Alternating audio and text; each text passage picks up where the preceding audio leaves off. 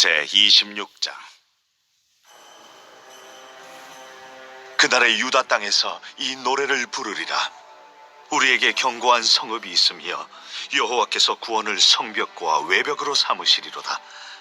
너희는 문들을 열고 시내를 지키는 의로운 나라가 들어오게 할지어다. 주께서 심지가 견고한 자를 평강하고 평강하도록 지키시리니 이는 그가 주를 신뢰함이니이다. 너희는 여호와를 영원히 신뢰하라. 주 여호와는 영원한 반석이시미로다. 높은 데에 거주하는 자를 낮추시며 솟은 성을 헐어 땅에 엎으시되 진토에 미치게 하셨도다. 발이 그것을 밟으리니 곧 빈궁한 자의 발과 곰핍한 자의 걸음이리로다.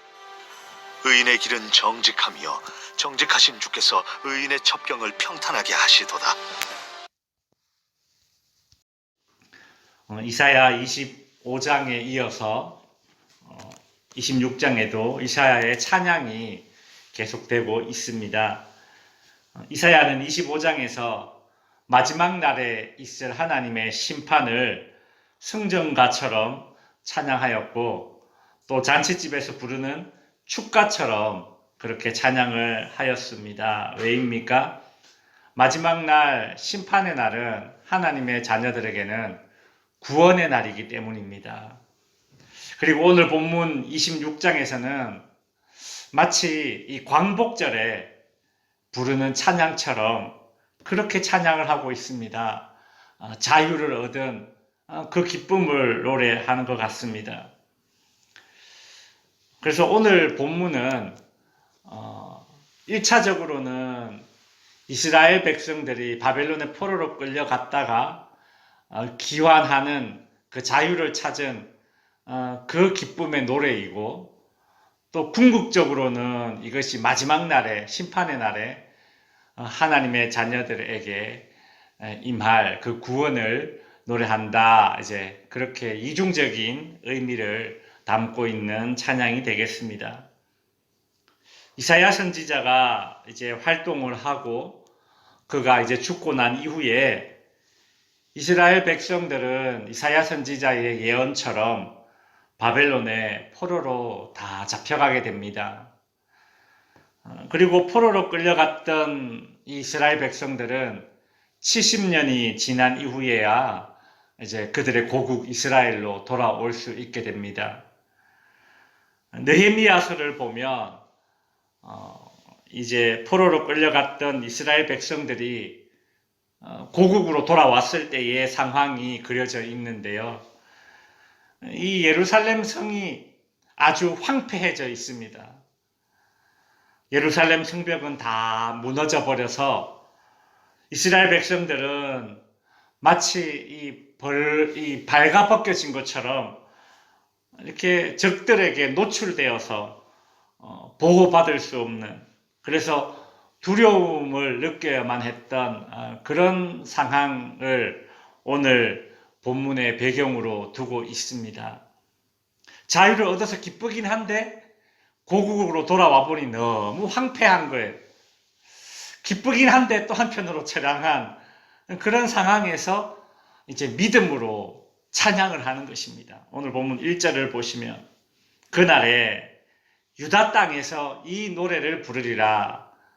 그날은 어떤 날입니까? 심판의 날이죠. 바벨론이 심판받는 날입니다. 동시에 이스라엘 백성들은 자유를 얻은 구원의 날이죠.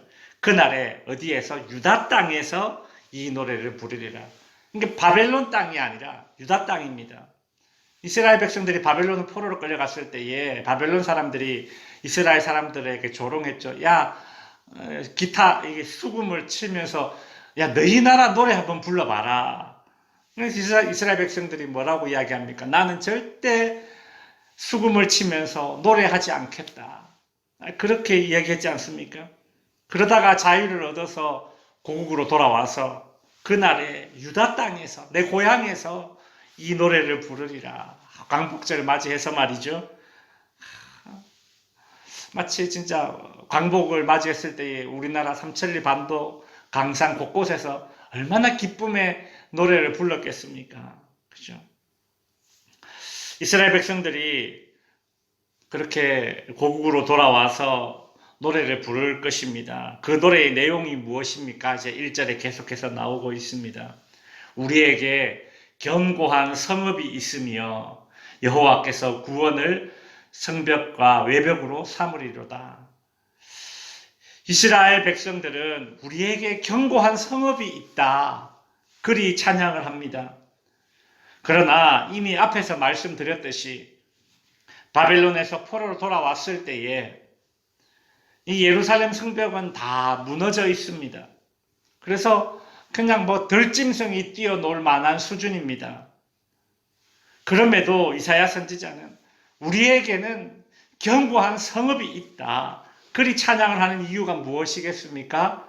이스라엘에게는, 하나님의 백성들에게는 하나님이 견고한 성읍 되시고, 눈에 보이는 견고한 성읍이 아니라 인간의 힘으로 쌓아 올린 견고한 성읍은 다 무너지고 없지만 하나님의 백성들에게는 하나님이 견고한 성읍이 되신다. 그래서 오늘 1절에서 그렇게 이야기하지 않습니까? 여호와께서 구원을 성벽과 외벽으로 삼으시리로다. 정말 튼튼한 성벽은 한 겹으로 된 성이 아니라 여러 겹으로 된 성이 정말 튼튼한 성입니다. 겹겹이 된 성이죠. 실제로 여리고성이 두 겹으로 이렇게 만들어진 성입니다. 그러나 그렇게 튼튼하게 두 겹으로 세워진 이 여리고성도 하나님께서 무너뜨리면 그냥 아무것도 아니지 않습니까? 반대로 지금 이 이스라엘 백성들의 눈앞에는 다 무너진 예루살렘 성벽밖에 없지만 하나님께서 우리의 외벽과 성벽이 되어주신다.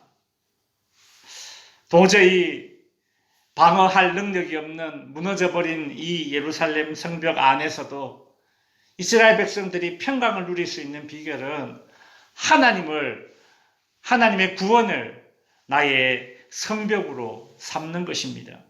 2절에 보면 너희는 문들을 열고 시내를 지키는 의로운 나라가 들어오게 하라. 이렇게 찬양하고 있습니다.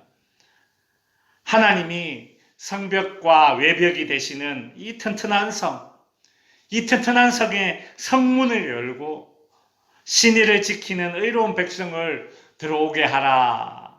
이게 무슨 뜻이냐면 사실 바벨론 포로 귀환했을 때에 성벽이 다 무너져 버렸는데 성문이 남아 있겠습니까? 그죠? 근데 이 구절이 의미하는 것은 어떤 것이냐면 이사야 선지자가 마지막 날에 궁극적으로 성취될 그런 구원을 지금 예언한 것입니다. 하나님이 성벽이 되시는 이 하나님의 성, 구원의 성이 있는데 이 구원의 성의 성문은 예수 그리스도이십니다. 요한복음 10장에 보면 예수님께서 자기 자신을 일컬어서 스스로 문이라고 그렇게 비유했습니다. 이 문을 통하지 않고서 들어오는 자는 다 도둑이고, 그죠? 이 문으로 예수님은 자기 자신을 묘사했거든요. 그러니까 하나님이 성 되시는 이 구원의 성, 이 성으로 들어가는 문은 오직 예수 그리스도, 구원으로 들어갈 수 있는 문은 오직 예수 그리스도죠. 마지막 날에 이 이방 땅에도 열방 중에 하나님을 사랑하는 자들은 예수 그리스도의 문을 통해서 다 그 구원의 성에 들어가게 될 것이다 라는 최종적인 그 구원의 완성을 이사야가 묘사하고 있는 것이죠. 3절에 보면 주께서 심지가 견고한 자를 평강하고 평강하도록 지키시리니 이는 그가 주를 신뢰함이니이다. 하나님은 심지가 견고한 사람, 즉 한결같은 마음으로 하나님을 의지하는 자들을 평강하고 평강하도록 지켜주시겠다. 그리 찬양하고 있습니다. 하나님이 성벽 되시고 외벽 되시는 성 안에서야말로 완전한 평강을 누릴 수 있음을 찬양하는 것이죠. 5절에 보면 높은 데 거주하는 자를 낮추시며 솟은 성을 헐어 땅에 엎으시되 진토에 미치게 하였도다. 이것도 느헤미야서에 이렇게 배경을 두고 보면 이 말도 참 이해가 됩니다. 이 바벨론의 포로로 끌려갔던 이스라엘 백성들이 이제 돌아왔을 때에 주변에는 이스라엘을 위협하는 그런 대적했던 자들이 있습니다. 느헤미야서에 보면 그 이스라엘 백성들을 대적하는 대표적인 인물로 호론 사람 산발랏과 그다음 암몬 사람 도비야를 이제 언급하고 있죠. 이들은 느헤미야가 이 이스라엘 백성들과 함께 이 성을 쌓는 것을 보면서 아이고 그것도 성이냐, 여우가 올라가도 무너지겠다, 그렇게 조롱을 해서 참 이스라엘 백성들로 하여금 낙담되게 만들었습니다. 그래도 포기하지 않고 성을 계속 쌓게 되자 이번에는 군사들을 이끌고 와서 위협을 했죠. 그래서 이스라엘 백성들은 한 손에는 무기를 들고 한 손으로 성을 쌓았다. 느헤미야서에 보면 글이 되어 있습니다.